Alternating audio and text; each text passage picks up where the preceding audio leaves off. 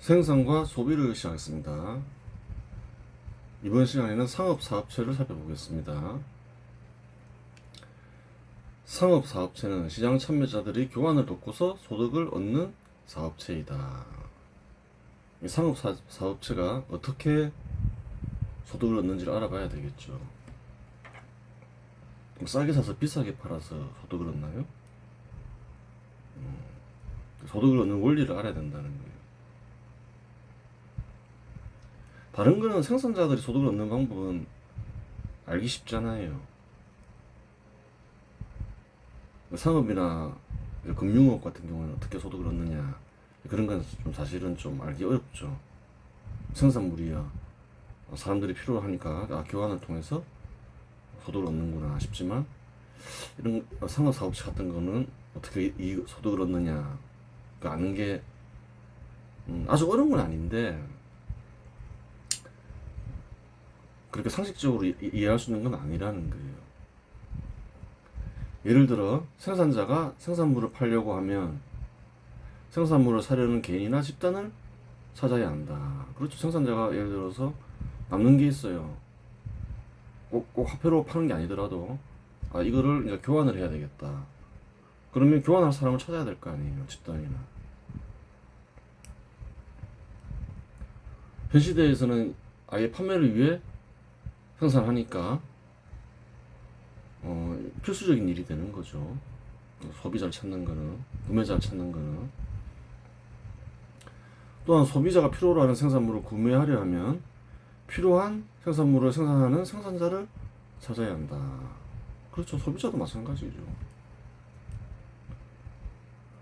즉 상인은 시장에 참여하는 이들의 교환을 돕고서 소득을 얻는다. 그래요. 단순히 싸게 사서 비싸게 팔아서 소득을 얻는다, 그게 아니라는 거예요. 사회가 필요로 하니까 존재하겠죠. 그런 사실을 잘 알아야 돼요. 좀 더 구체적인 내용을 봐야 되겠죠. 현 시대 생산에 종사하는 사업체는 판매하기 위해 생산한다. 판매를 돕는 이가 없으면 구매자를 직접 찾아서 팔아야 한다. 그렇죠. 직접 그렇게 하는 경우도 있죠. 제조업체가 별도의 대리점을 만들어서. 전부 그렇게 하진 않죠. 왜 그런가요? 그렇게 상점을 별도로 만들려면 또 투자를 해야 되잖아요. 사람도 고용해야 되고. 그래요. 그 경우에 상점이 필요할 수도 있고 근로자를 고용해야 하는 경우도 발생한다. 그렇죠. 직접 찾아서 팔아야 하면. 그렇게 하려면 그렇게 해야 되죠. 즉 별도의 투자를 해야 생산업체는 판매할 수 있다. 별도의 투자를 해야 된다는 거예요. 그런데 만약 상점을 운영하는 상인이 있다면 수수료를 지불하고 판매를 위탁할 수 있다. 그렇죠. 이 경우 상인은 생산업체의 투자와 일을 대행함으로써 소득을 얻는다는 사실을 알 수 있다. 생산자가 직접 팔아야 되는데 직접 팔기 위해서는 투자해야 되고 고용도 해야 되고 일을 해야 되는 거죠. 그러면 상인은 어떻게 소득을 얻나요? 상인도 상점에 투자하겠죠. 사람을 고용하고. 그 투자와 일이 분화되어 있다는 거예요. 생산업체가 해야 할 일을 대신함으로써 소득을 얻고 있다. 그 사실을 알 수 있는 거예요. 생산물 판매만의 교환을 돕는 일이 아니다. 상인은 일정 기간 사용할 수 있는 권리를 중개할 수도 있고 유가증권과 화폐 교환을 도울 수도 있다. 꼭 생산물만 그럴 이유는 없는 거죠. 예를 들어서 주식 거래를 한다. 주식을 판매하느니, 주식을 팔고자 하느니, 혹은 채권을 팔고자 하느니. 만약에 중개하는 어떤 상인이 없다면 어떻게 해야 되나요? 직접 찾아야 되는 거죠. 사람들이 수수료를 주고 거래하잖아요. 금융기관을 이용해서. 다 이유가 있다는 거예요. 돕는 거죠. 그래서 돈을 번다는 거예요. 단순히 싸게 사서 비싸게 팔아서 돈을 번다, 그게 아니라는 거예요. 그런 업종은 많죠. 부동산 중개업도 그러하고 많잖아요. 생산물 판매만이 교환을 돕는 일이 아니다. 상인은 일정 기간 사용할 수 있는 권리, 부동산 같은 경우 그러죠. 권리를 중개할 수도 있고 유가 증권과 화폐 교환을 도울 수도 있다. 그렇게 되는 거예요. 상인은 뭔가요? 그러면 교환을 돕는 이다. 상인이 뭐 하는 사람인지도 알아야 될 거 아니에요. 상인 그러면 안 되잖아요.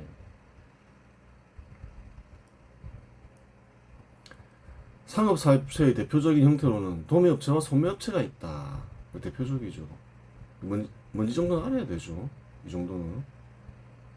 상업사업체를 연구하는데 도매업체와 소매업체가 하는 일도 모르면 안 되잖아요. 기본인 거죠.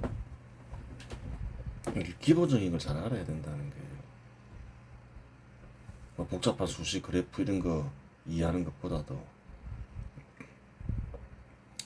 도매업체는 생산자로부터 대량으로 재화를 구매하여 소매업체에 공급하는 중간 유통 역할을 하며, 소매업체는 소비자에게 직접 재화를 판매하는 최종 교환 역할을 담당한다. 요즘에는 소매업체가 규모가 커지면서 또 도매업체 역할도 하죠. 합쳐지는 경우도 있다는 거 예전에 한번 얘기했죠. 그래요. 시장이 발전하다 보면 그런 현상도 일어난다는 거예요. 고대 사회에서 상업사업체는 주로 지역 내 소규모 교육 형태로 이루어졌으며 생산자와 소비자를 연결하는 교환을 돕는 역할을 수행했다. 그래요. 이 시기에 상업사업체는 생산업체와 분리된 경우가 많았으며 초기 형태의 도매업체와 소매업체 역할을 하는 상인들이 존재했다. 한번 생각해 보라는 거예요. 현시대에서 생산자가 상인 역할을 하는 경우도 있죠. 대리점 만들어서. 그만큼 시장이 발전했다는 거죠. 혹은 직거래 할 수도 있잖아요. 소비자들도 요즘 인터넷이 발달해서. 그거는 이제 최근의 일인 거고, 그렇게 된 지 얼마 되지 않았죠. 한 수십 년밖에 안 됐어요. 직거래가 가능해진 거는. 그전에는 이제 상인들을 주로 이용했다. 아니면 직접 대리점을 만들거나 그러한데, 도매업체와 소매업체의 는 전통적으로 꾸준히 존재해왔다 이제 이거죠. 요즘 좀 많이 변화하고 있죠. 예를 들어 고대 메소포타미아에서는 곡물, 직물, 금속 등을 생산자로부터 대량으로 구매하는 도매업체가 있었고, 또 지역에서 소규모 생산물을 판매하는 소매업체도 있었다. 고대부터 있었다는 거예요.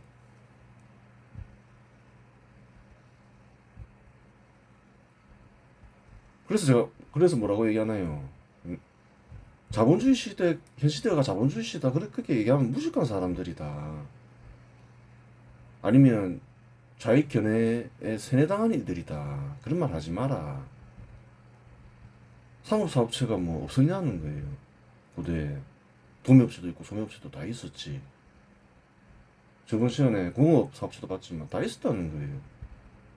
농업사업체도 대규모 농업사업체 다 있었다는 거예요. 농장도 있고. 사업체 시대다. 바보 같은 소리라는 거예요.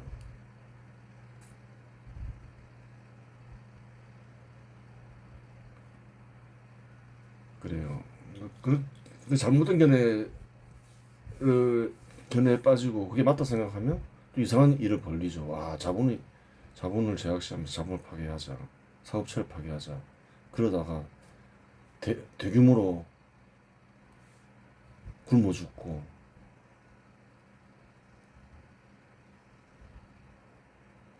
자본을 제약시하니까 현시대 사업체를 없애면 살기 좋겠지. 그래서 그 소나 그려놓고 이상 국가라면서 그런 곳에서는 어린 아이들이 일해야 되고 비참하죠. 잘 모른다는 거예요.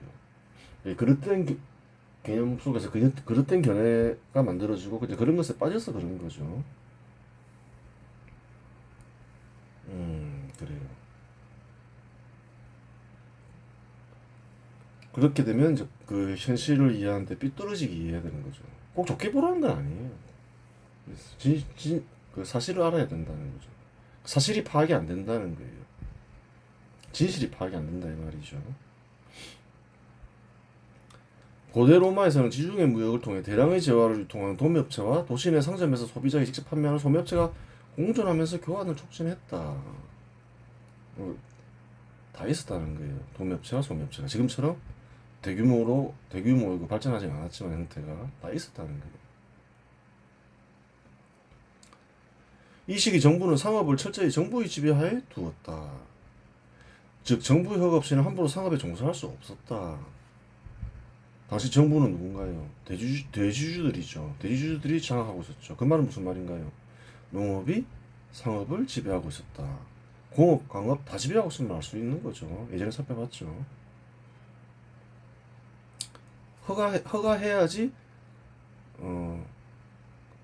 사업을 할 수 있었다. 특히 종교 사업은 그렇겠죠. 예를 들어 고대 메소포타미아에서는 수메르, 아카드, 바빌로니아 등 이렇게 하죠. 사찰과 궁전이 경제의 중심 역할을 하며 상업활동에 대한 허가와 통제를 담당했다. 허가와 통제만 한 것도 아니라는 거예요. 보면 전투파 기록에 따르면 상인들은 사찰이나 왕으로부터 특정 교육에 대한 허가를 받아야 했으며 특히 장거리 무역의 경우 왕의 후원이나 보호를 받는 조건으로 활동해야 했다. 예를 들어 라크 남부 디카르주에 위치해 있던 우르 제3왕조는 상왕조 시기에는 왕이 직접 무역 원정을 조직하고 상인들이나 자금이나 군사적 보호를 제공하며 무역 허가를 부여한 사례가 있다.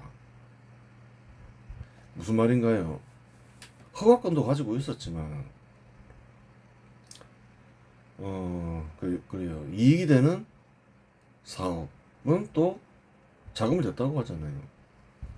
왕실, 당시 정부죠. 정부가 직접 사업체를 구성해서 일을 했다는 거예요. 일종의 공사 형태인 거죠. 또 다른 예로 고대 중국, 특히 진나라와 한나라 시기 때의 상거리를 살펴볼 수 있다. 정부가 소금, 철, 주류와 같은 주요 재화의 생산과 유통을 독점하거나 엄격히 통제했다. 그 주요한 생산물을 생산하는 사업체는 정부가 직접 하지 일반인들이 못하겠다 이 말이죠. 그래요. 상인들은 정부로부터 특정 재화를 거래할 수 있는 허가를 받아야 했으며 이를 어길 경우 처벌을 받았다. 또한 한나라 시기에는 실크로드 무역에 참여하는 상인들이 정부의 허가와 보호를 받아야 했던 기록이 있다. 두 가지 사례만 들었지만 고대 국가에서는 대부분 사업은 정부 통제하에 있었다. 허가하에 이루어졌다. 특히 중요 사업들은 다 통제할 수도 있고 한국에서도 마찬가지였겠죠. 뭐 특별히 다르지 않다는 거예요. 상인들의 신분은 통상 농민보다 높았지만 모든 국가에서 그러한 것은 아니었다. 대체로 상인들의 신분은 농민보다 높았다는 거예요. 정부에도 이익을 주니까 그러한 거죠. 정부가 통제해서 상업을 했다잖아요. 대부분의 문명에서 상인은 농민보다 높은 지위를 가졌으며 장인과 비슷한 신분을 지녔으나 중국에서는 유교적 가치관으로 인해 상인은 농민이나 장인보다 낮은 신분으로 평가받았다. 그 동북아시아가 좀 특이한 거죠. 뭐 유교적 가치관이 특이하다고 봐야 되는 거죠. 보통 어려운 기술을 익힌 장인은 사회에 필요하잖아요. 유용한 것을 제공하니까 높게 대접받고 또 상인들은 그 교육을 통해서 또 여러 사람들에게 이익을 주지만 또 정부에 이익을 주죠. 정부에 이익을 주니까 정부는 상인들을 대접하겠죠. 통상 농민보다는 높은 신분을 부여한다는 거예요.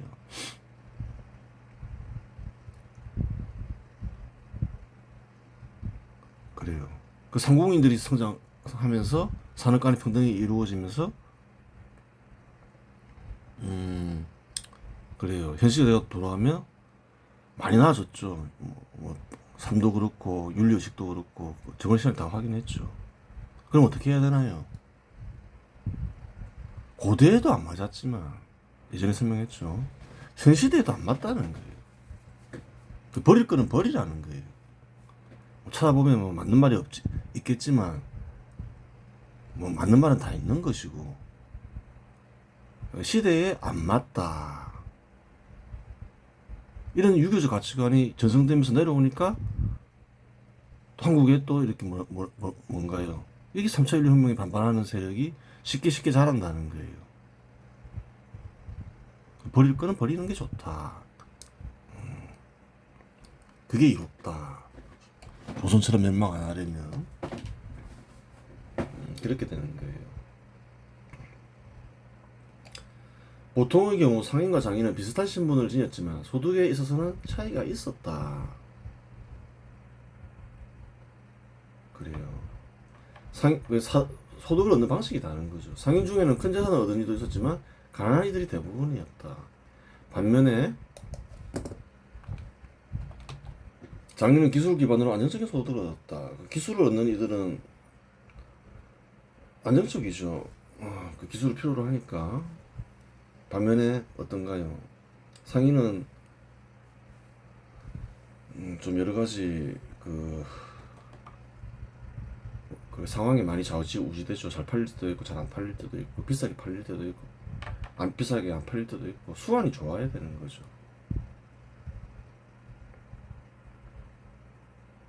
그래요.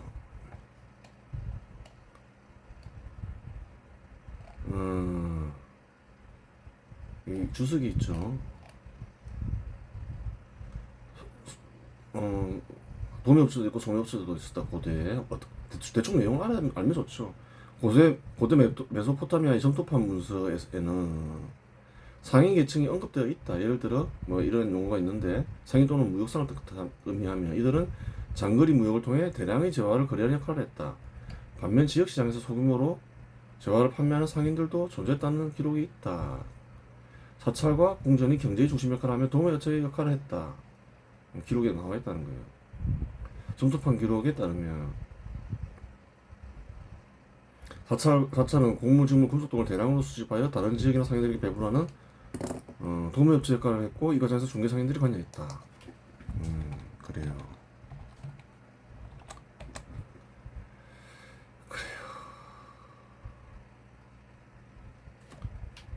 사찰이나 정부가 도매업체 역할을 했다. 사업체를 직접 운영했다. 이익이 되는 사업 같은 경우에는 상업 분야에 대해서는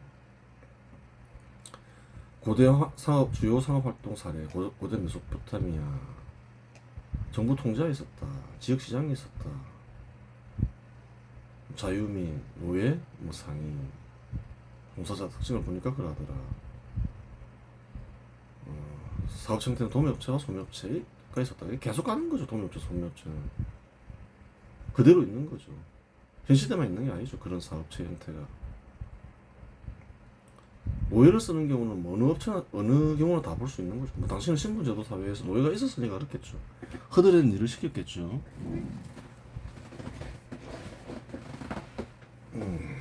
고대 이집트 다 정부 통제죠. 개인 상인도 있었죠. 하지만 정부 통제를 받았다. 지역민들을 주로 상대했겠죠. 고대 로마 다 정부 통제, 정부 독점이 있었다는 거예요. 보면 되고 어떤 것들을 거랬냐? 곡물, 직물, 금속, 농산물도 그래요. 뭐 도시가 발달하면 농산물을 도시에 팔아야 되니까 이런저런 것들이 있다는 거예요. 비단, 도자기 뭐 이런 거는 사치품이었을 거고 하여튼 뭐 이것저것 있겠죠. 13세기 이후 유럽에서 상업사업체는 점차 지역 통치자, 귀족, 그리고 상인 길드의 통제하에 발전했다. 장인 길드도 있었잖아요. 상인 길드도 있네? 좀 알아봐야 되겠죠. 이런 게 중요한 거예요. 상인들이 만든 결사체로 상인들이 이익을 보장하는 역할을 했다. 이렇게 이제 사회적 위력을 발휘하는 결사체가 있으면 힘이 약하지가 않죠. 힘이 약하지가 않아요. 개개인이 아무리 성장을 해도 개개인은 약하잖아요. 조직이 있으면 강하잖아요. 나중에 한번 보긴 봐야 되는데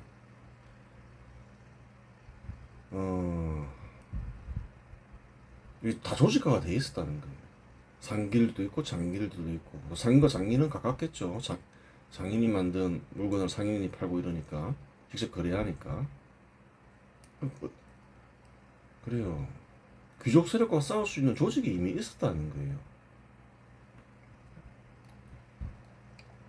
상업사업체는 여전히 생산자와 소비자를 연결하여 교환을 돕는 역할을 목표로 했으며 도매업체와 소매업체의 구분이 보다 명확해졌다. 뭐 상업 사업체의 역할이 뭐 돕는 역할이니까 그렇죠. 예를 들어 중세 유럽에서는 직물, 향료와 같은 재화를 생산자로부터 대량으로 구매하여 지역시장이나 다른 상인들에게 공급하는 개인 사업체로 구성된 무역상과 같은 도매업체와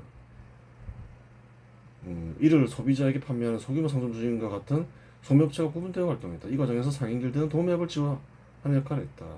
이제 민간 도매상이 이제 나타나기 시작하더라.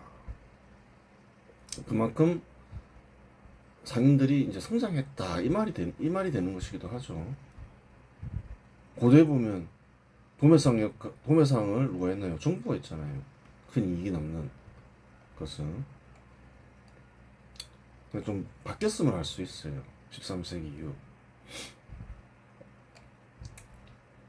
상인들의 신분은 통상 농민보다 높게 평가되는 경우가 많았으나 모든 지역과 문화에서 일관되게 그러한 것은 아니었다.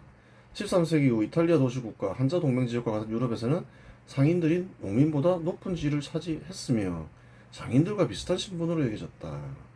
그러나 프랑스나 영국의 시골 지역에서는 상인들이 농민과 큰 차이 없이 평민으로 묶여 낮은 신분으로 인식되기도 하였다. 농촌은 누가 지배했나요? 귀족들이 지배했죠. 귀족들은 뭔가요? 농업의 지배자들이죠. 대지주죠. 그런 사람들은 상인이나 장인을 천시했다.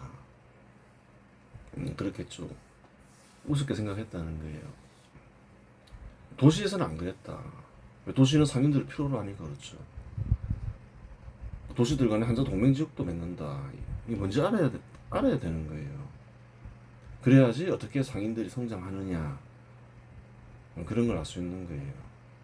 한자 동맹은 12세기 중반부터 13세기 초반에 걸쳐 북유럽과 발트해 지역의 상인들과 도시들이 무역 보호와 상호 이익을 위해 결성한 연합체이다. 도시들과 상인들이 연합을 했다는 거예요. 상인들이 힘이 있는 거죠. 신분은 귀족처럼 높지 않더라도 도시가 또 힘이 있잖아요. 권력도 있고. 당시 발트해와 북해 지역은 해적의 위협과 정치적 불안정으로 인해 무역이 위험했으며 개별 도시나 상인들이 독자적으로 대응이 어려운 상황이었다. 한때 200여 개의 도시가 참여할 정도로 규모가 커졌지만 유럽 지역 200여 개의 도시가 그래 대륙 규모였다는 거예요. 이 연합체가.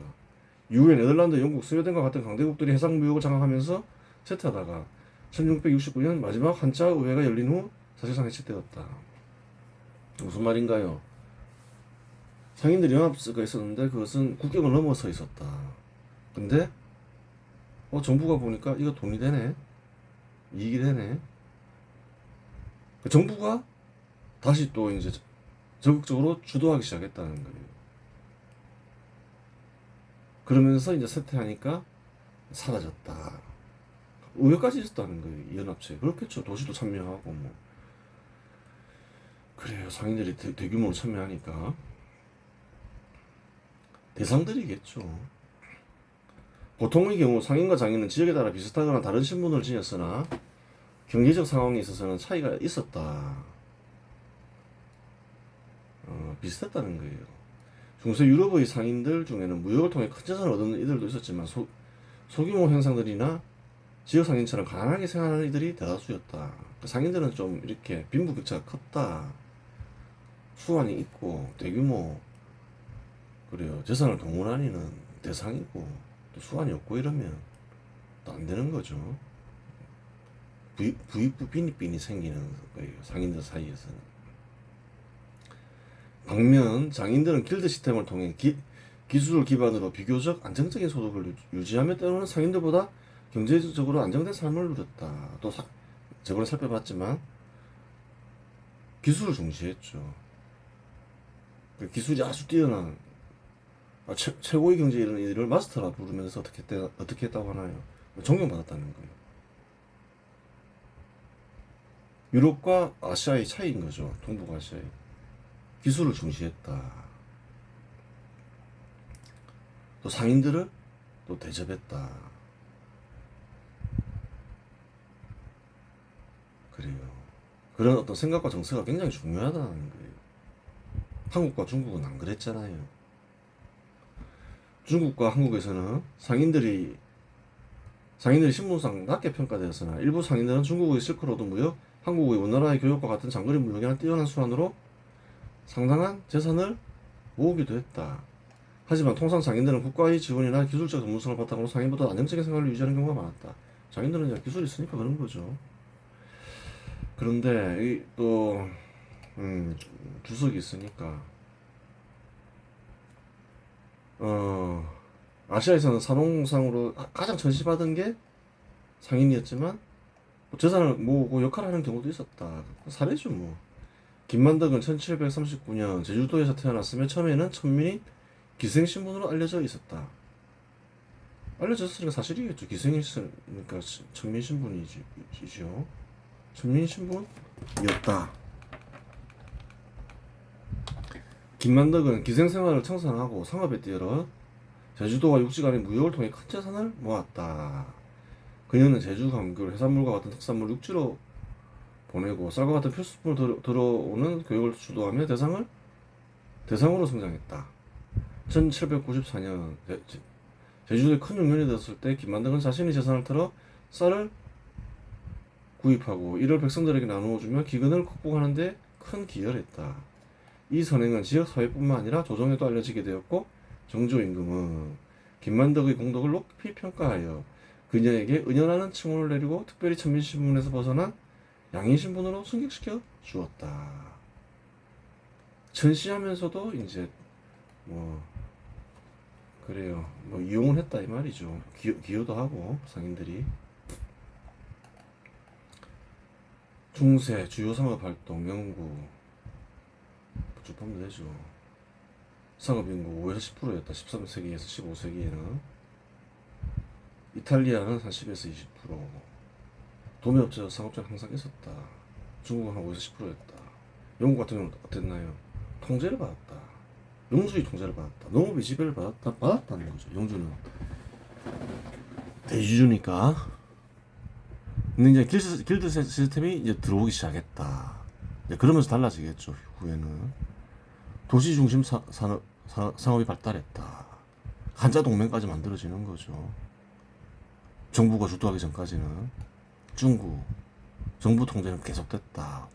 고대나 아주 오래 전이나 지금이나 그냥 계속 변화가 없었다. 그렇게 되는 거예요.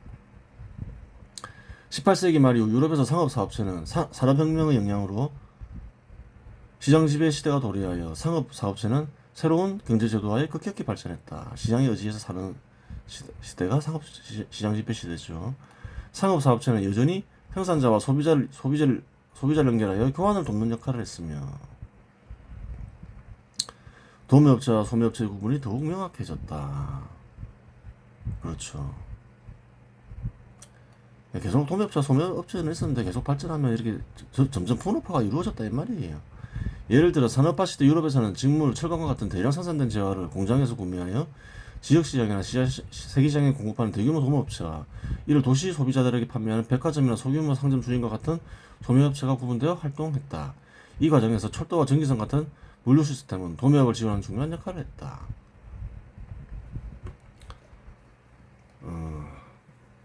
철도와 전기선이 이제 개발되기 시작한 이유가 뭘까요?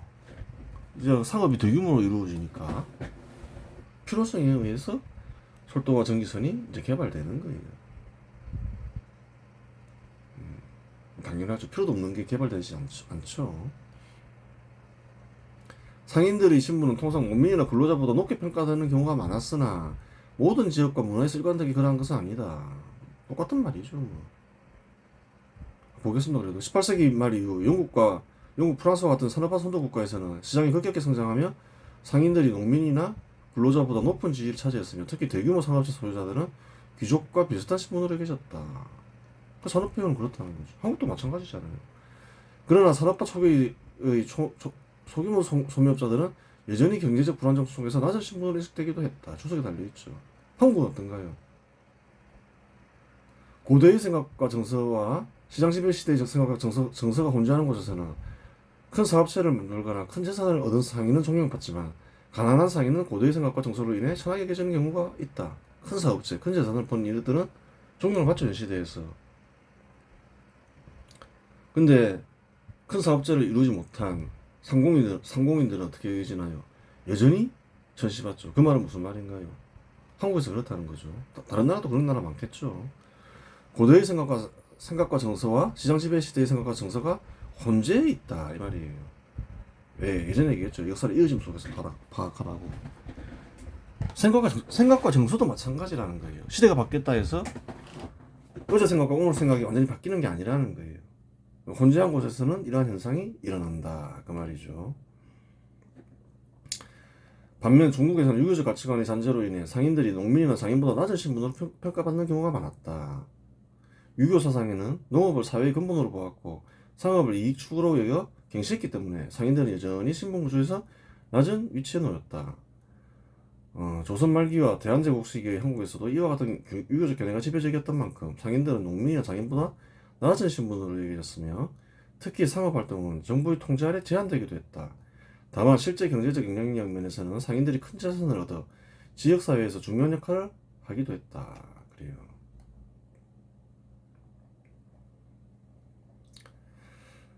쭉 볼 수 있는 거죠. 상업사업체 형태, 도매업체, 소매업체, 백화점도 등장하고 기본 주기는 같지만 점점 전문화돼 가죠. 대형 체인점도 등장하고 영국에는 보면 2020년에 그렇다는 거예요. 산업혁명 시 200년 전과 비교하면 어떤가요? 상업인구가 대폭 증가, 63%가 증가하죠. 오히려 공업은 그렇게 크게 많이 증가하는데 상업인구가 많이 증가한다는 거예요. 중국도 어떤가요? 2020년 보면 예전에는 한 10%였는데 청나라 말기 때는 지금 46%로 증가하죠. 한국은 5에서 10%인데 58%까지 증가하죠.